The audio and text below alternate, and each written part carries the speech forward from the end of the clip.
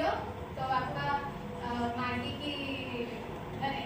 से प्रधानतः होती स्वामीटा सी कहते देवजानी कि तू हूँ गोटे श्रुतिर झील तो बापा जड़े मागी मैंने भिकारी भड़ी मागी खाऊँगी तो मो पिता पितृ अन्न अन्नरे तो बापा चलुँच तो से स्वामीटा प्रधानित हो सी जाइछन्ति देवजानी को स्वामीटा प्रधानित हो देवजानी को टाणी आनी से ऊपर ठेली देछन्ति आउ सेठर से भाविछन्ति जे देवजानी मृत्यु हो जाइछि सेतबे से सेठर तांगर राज्य को चल जाइछि तो सेही समय सेही गण को जजती आसीछन्ति मुद्र भ्रमण तो मुद्र भ्रमण से आछन्ति सेही समय सी देखुछन्ति सेही ऊपर जने सुंदरी नारी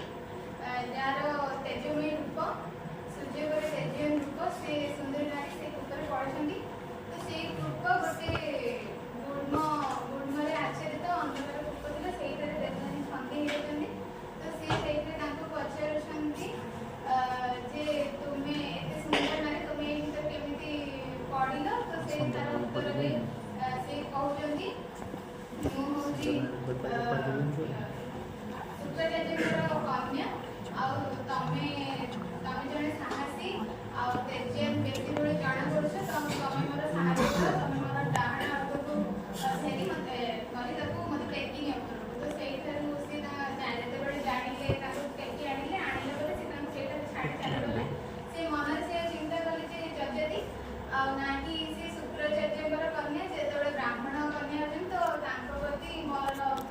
ग्रहण करने मोर से योग्यता ना से छाड़ी चली जाती तो से मन दुख कर शोकातुर होगी स्वामीटा बसी रोचंती देवजानी बसी रोचंती देवजानी बसी रोचंती से समय शुक्राचार्य जो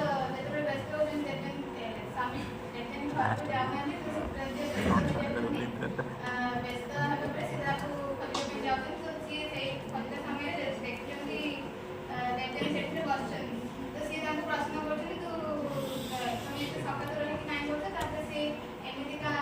सहित जो घटना घटला सी शुक्राचार्य को कहते समीक्षा जड़े श्रुतिर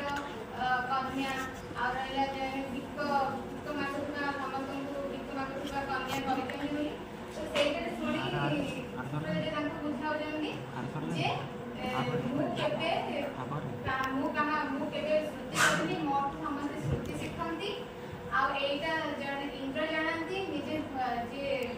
वृषप्रभा से भी जानती जे समस्त श्रुति शिखती तो जड़े गुणी मनुष्य निजर परिचय के से गुणता मैंने मु गुणी बोली से परिचय दिए यहाँ बुझेला सी बुझुना सी कहते जड़े जदि से जो राज्य जमी एत पापी मनीष आते मैंने जनकर गुरुंर कन्या को जदि सी एमती अपमान कर राज्य में प्रवेश देवी ना तो शुक्राचार्य पुणी जाऊँगी वृषभर राज्य राजदरबार को जाऊँगी सी एमती घटना कहते व्यक्त कर तुम मोर प्रिय शिष्य मत्स्य को मारे चेष्टा कल तुम पुणी थे मोर प्रिय कन्या जहाँपाई माने मोर प्रिय कन्या को मत तुम मारे तुम कन्या चेष्टा कले